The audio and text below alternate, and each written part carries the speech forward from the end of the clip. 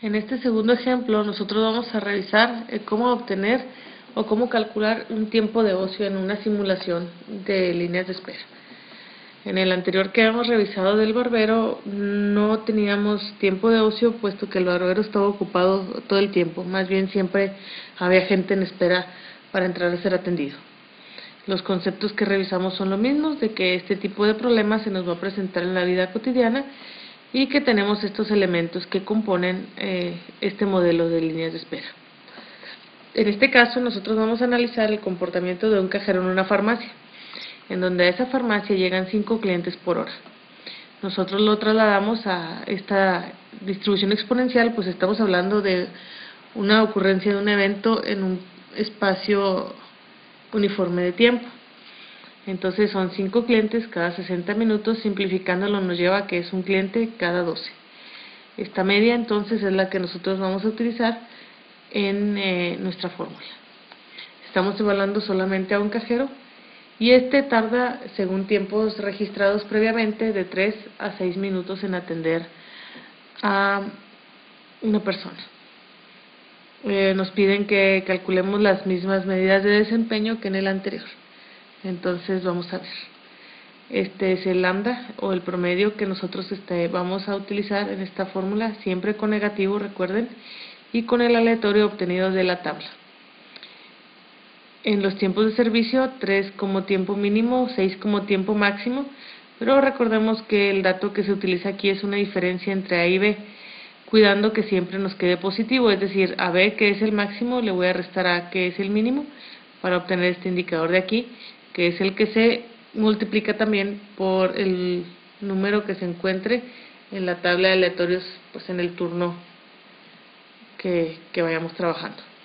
Nuestro primer cliente llega al tiempo cero, es como si nosotros acabáramos de abrir la farmacia, entra directamente al servicio. Para calcular el tiempo de salida del servicio lo hacemos con el acumulado del tiempo que traía acarreado, que es 0, y el 3 más 3 por el aleatorio.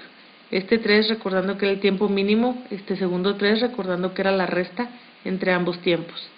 Y este es el primer dato de la tabla de aleatorios, dándome como resultado que sale del servicio al minuto 3:18.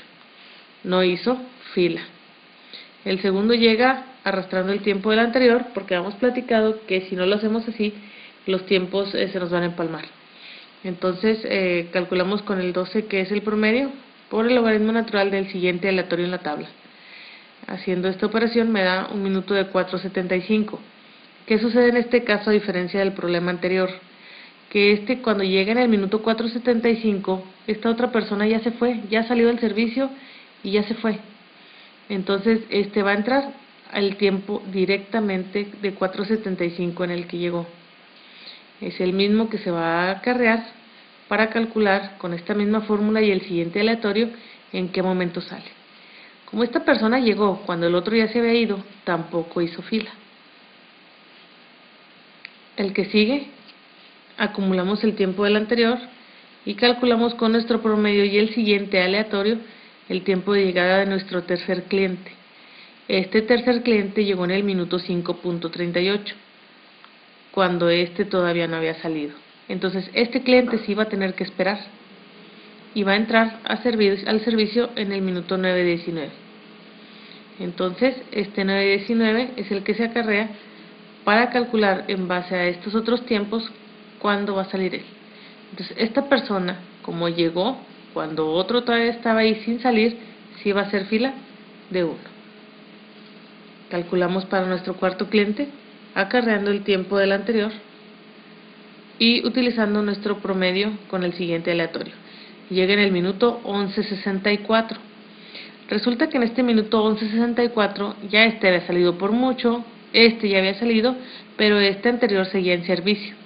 Entonces, el cliente número 4 tiene que esperar a que el anterior se vaya, por lo tanto, va a entrar en el minuto 14:03 que el cliente anterior desocupe al cajero. Entra él y se calcula el tiempo en el que va a ser atendido a través de los tiempos de llegada y la diferencia y el aleatorio siguiente en la tabla, saliendo en el minuto 19:83. Como él tuvo que esperar a que saliera el anterior, este también tuvo que hacer fila de 1. Llega el quinto cliente, tomando el tiempo del anterior, con nuestro promedio y el siguiente aleatorio.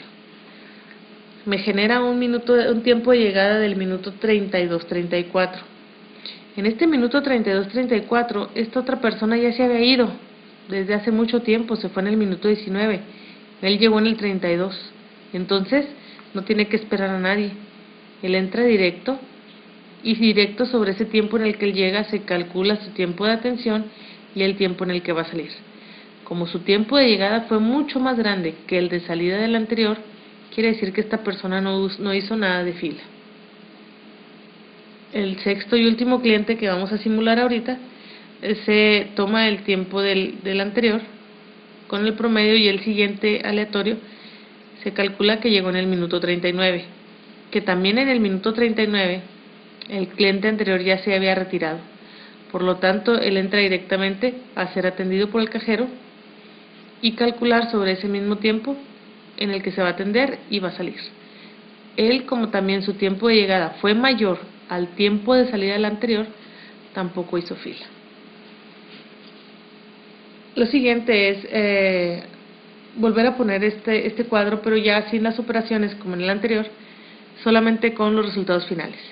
Voy a trasladar los datos que tenemos aquí de 475 de llegada, de entrada y el 9:19 de salida, el 0, el 3:18 y así sucesivamente con todos, teniendo nosotros estos resultados o estos indicadores del primer cliente, del segundo cliente, del tercero y así sucesivamente. Nosotros aquí vamos a calcular unos tiempos de espera y tiempos de ocio. Si ustedes observan, excepto el primero, porque el primero es nuestro arranque y nuestra situación especial, en todos los demás, si hay tiempo de ocio, quiere decir que no hubo tiempo de espera, y viceversa, si hay tiempo de espera, no hubo tiempo de ocio. Entonces, ¿cómo es que calculamos estos dos? En este caso, el momento en el que él llega contra el que salió el anterior es el tiempo en que nosotros tenemos que ubicarnos como si estuviéramos observando físicamente al cajero. Este cajero se desocupó en el minuto 3:18, que dejó de atender a este cliente, y se volvió a ocupar hasta el minuto 4:75, que llegó el siguiente. Entonces, la diferencia entre estas dos cantidades es la que me da el tiempo de ocio que el cajero tuvo aquí. No hubo tiempo de espera. ¿Por qué? Porque en cuanto llegó, entró a ser atendido. El cajero estaba sin hacer nada. Pero en el siguiente, esta persona llegó en el minuto 5:38 y tuvo que entrar al servicio hasta el 9:19 porque el otro estaba siendo atendido. Aquí hubo un tiempo de espera. Entonces es la diferencia entre el tiempo de entrada menos el tiempo de llegada y me da el tiempo de espera. Como él tuvo que esperar, aquí el cajero no tuvo tiempo de ocio. En el siguiente sucede lo mismo. Él llega en el minuto 11:64, pero tuvo que esperar hasta el 14:03 que el anterior salió para entrar él y ser atendido. La diferencia entre estos dos es el tiempo de espera. Como él estaba esperando, el cajero tampoco tuvo tiempo de ocio porque en cuanto desocupó uno, entró el otro. En este siguiente, dice, ok, el cajero aquí se desocupó en el minuto 19:83 y el siguiente cliente llegó hasta el minuto 32:34.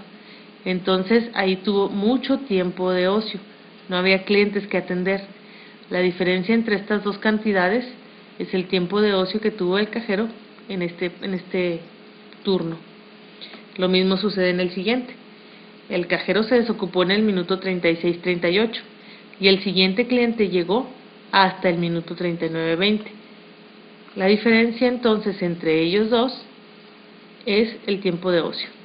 Ahora bien, si hubo tiempo de ocio, podemos ver aquí perfectamente que el momento en que estos dos clientes llegan son atendidos directamente, por lo tanto no hubo tiempo de espera.